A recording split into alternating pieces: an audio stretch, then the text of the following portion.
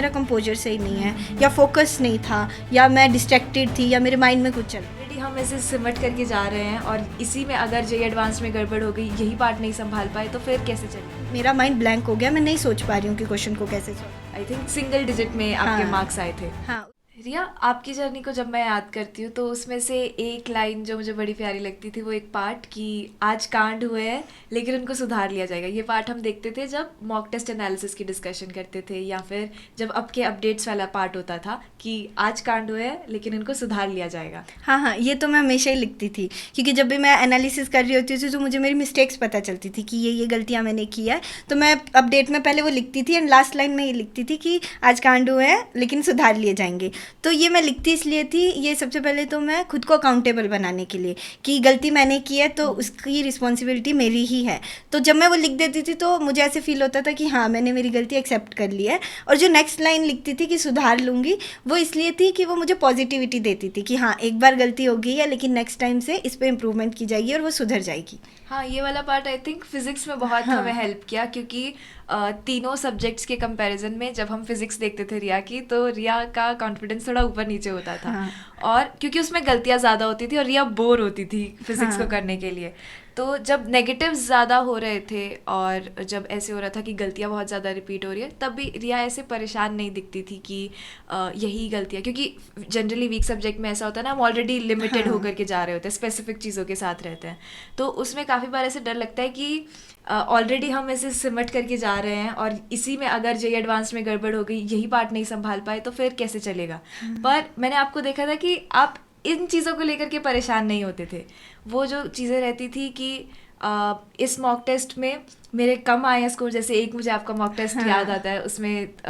I think single digit में आपके marks आए थे। हाँ, उसमें ऐसा हुआ था कि मैंने अटेम्प्ट ज़्यादा कर दिए थे और क्वेश्चन गलत ज़्यादा हुए थे, तो नेगेटिव्स में जाने की वजह से स्कोर डिप किया था। तो एक बार के लिए तो मुझे बुरा लगा था कि मार्क्स नीचे जा रहे हैं, और एडवांस में तो कट ऑफ वाली चीज़ भी होती है, तो अगर सिंगल डिजिट में भी नीचे जा रहे हैं तो वो कट ऑफ भी डर लगता है। तो इसलिए मेरा नेक्स्ट अप्रोच हमेशा ये रहता था कि मुझे रीजंस ढूंढने होते थे। तो जब मैं एनालिसिस करती थी और मुझे पता चलता था कि मैंने ये गलती की है, तो मैं ये ढूंढती थी कि उस गलती के पीछे का रीज़न क्या है, कि ऐसा क्या हुआ कि मुझे गलती हुई। जैसे जनरली सिली मिस्टेक्स जब भी होती थी तो मे बी रीज़न होता था कि मेरा कंपोजर सही नहीं है, या फोकस नहीं था, या मैं डिस्ट्रैक्टेड थी, या मेरे माइंड में कुछ चल रहा था। तो मैं ऐसे करके कोई एक रीज़न ढूंढने की कोशिश करती थी, और जैसे ही मुझे वो रीज़न मिल जाता था कि इस वजह से गलती ज़्यादा हुई, तो देन मैं उसी रीज़न को ख़त्म कर देती थी। हाँ, आई थिंक ये वाले पार्ट में जो डिफरेंस लाता है गलतियों में, कि जब हम अपनी खुद की गलतियों को एनालाइज कर रहे होते हैं ना, तो हम थोड़ा सा बायस्ड पर्सपेक्टिव के साथ देखते हैं, या उसमें जनरली ऐसे एक इमोशनल एंगल होता है कि मेरी गलतियाँ ठीक नहीं हो रही है, या मैं कोशिश कर रही हूँ उनमें सुधार नहीं आ रहा है, या कुछ कि मैं ट्राई कर रही हूँ, या इसे मैं कैसे ठीक करूँ, ये आगे परेशान करेगा, वो इमोशनल एक एंगल आ जाता है। लेकिन जब हम खुद की गलतियों को ही ऐसे थर्ड पर्सपेक्टिव से देखते हैं, जैसे हम ओडियम्स में डिस्कस किया करते थे ना, कोई भी आप जैसे डिस्कशन होती थी तो आपकी तरफ से ऐसा होता था कि ये प्रॉब्लम है, तो हमारी तरफ से हमेशा ये होता था कि आपकी क्या अप्रोच होगी, या कि रीज़न क्या है, वो पकड़िए पहले। तो जब हम अपनी खुद की गलतियों को थर्ड पर्सपेक्टिव से देखते हैं या बाहर से देखते हैं कि ये प्रॉब्लम आई है, इसको कैसे ठीक कर सकते हैं, या ये प्रॉब्लम आई क्यों है, तो जो हमारा माइंडसेट है वो प्रॉब्लम ओरिएंटेड से हट करके वो सोल्यूशन ओरिएंटेड होने लग जाता है। हाँ। तो इसी में ही ऐसा ही होता था, मैं क्यों ढूंढती थी कि क्यों ऐसा हुआ, और जैसे मुझे उस क्यों का सोल्यूशन मिलता था, मेरी जो प्रॉब्लम है वो सॉल्व हो जाती थी। और सेम चीज़ ऐसा भी होता था कि ऑडियंस के अंदर ना मुझे मेरी गलती डिस्कशन करती हुई दिख रही होती थी, सेम मेरे जो बैचमेट्स डाउट्स पूछ रहे होते थे, तो उससे भी मुझे आइडिया लगता था कि ऐसी गलतियाँ भी हो सकती है। मे बी आज मुझसे नहीं हो रही है बट बाद में हो सकती है। जैसे मुझे याद है एक जनरली डिस्कशन होता था कंपोजर के रिलेटेड कि मॉक टेस्ट में माइंड ब्लैंक हो जाता है, और वो मेरे साथ कभी नहीं हुआ था। तो जब भी ऐसे डाउट्स मेरे सामने आते थे तो मैं खुद को उस सिचुएशन में रख के देखती थी कि कभी अगर मेरे साथ ऐसा हुआ कि कंपोजर लूज हुआ और मेरा माइंड ब्लैंक हो गया, मैं नहीं सोच पा रही हूँ कि क्वेश्चन को कैसे सॉल्व करना है, तो मैं कैसे सॉल्व करूँगी। तो उसी डिस्कशन में सीनियर्स पहले बोलते थे कि आपका अप्रोच बताओ, तो हम डिस्कशन करते थे, तो मैं खुद का अप्रोच सुनती थी। एंड देन जब सीनियर्स अपना एक्सपीरियंस ऐड करते थे कि ये करोगे तो चीज़ें ठीक होगी, तब मैं उन्हीं को ही पहले सुनती थी और अपने अप्रोच को देखती थी, और देन प्रॉपर एनालिसिस करके मैं सोचती थी कि हाँ, इसका सोल्यूशन ऐसे बन सकता है। तो इससे होता ये था कि मेरे को दूसरों की गलतियों से भी बहुत कुछ सीखने को मिलता था। इसमें एक चीज़ जो मुझे याद आ रही है कि जब हम डिस्कशन के लिए बैठा करते थे तो काफ़ी बार आपकी तरफ से वो एक सामने से वॉलंटियर वाला पार्ट भी होता था कि इस प्रॉब्लम में हम ये भी तो कर सकते हैं। एंड आई थिंक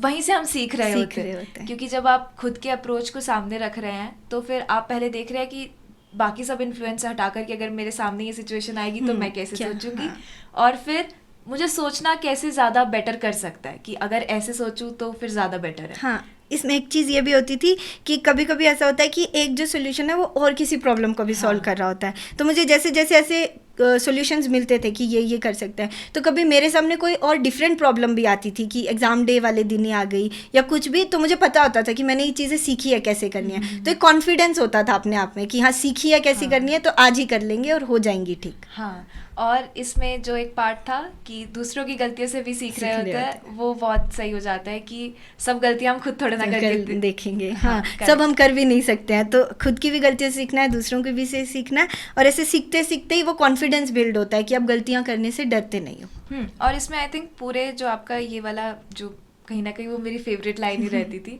तो वो पूरे पार्ट में एक ये रहता है कि गलतियां करने से डरते नहीं है फिर विद टाइम। और क्योंकि आप अपने हर मूव को, चाहे वो आपका जीतने वाला मूव है जिसमें आपको लग रहा है कि आपने बहुत अच्छा किया, वो आपका मोमेंट बहुत प्यारा मोमेंट है, या कोई ऐसा आप जिसको फेलियर एक टैग दे देते हो या कोई ऐसी गलती वाला टैग दे देते हो, दोनों चीज़ें वो जस्ट एक मूव रह जाती है कि अच्छा किया है तो क्या रीज़न है उसका, क्यों हुआ है, और फिर उसको हम रिपीट करते हैं कि मेरा कंपोजर सही था, अच्छा इस रीज़न की वजह था, अगले मॉक टेस्ट में भी यही करेंगे। या फिर अगर आप गलती वाले में देखते हैं तो अच्छा क्यों हुई थी गलती, और ठीक है नहीं करेंगे रिपीट। हाँ, तो वो सुधार लूंगी वाले पॉइंट में यही रहता था कि हाँ गलती हुई है, एक्सेप्ट हो गई, अब ये आगे रिपीट नहीं होगी, हमने इससे सीख लिया है।